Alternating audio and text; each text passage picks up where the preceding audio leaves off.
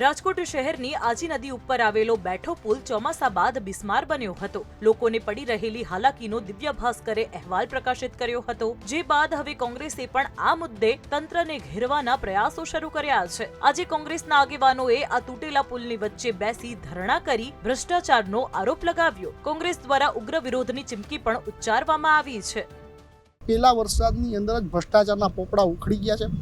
જ્યારે બે વર્ષ પહેલાં જ્યારે આ પુલ તૂટ્યો હતો ત્યારે અનેકવાર રજૂઆત કરવા છતાં પણ આ કોર્પોરેશનના નિર્ભર તંત્રના કાને અવાજ નહોતો પહોંચ્યો, ત્યારે નદીમાં બેસીને ધરણા કરવા પડ્યા હતા।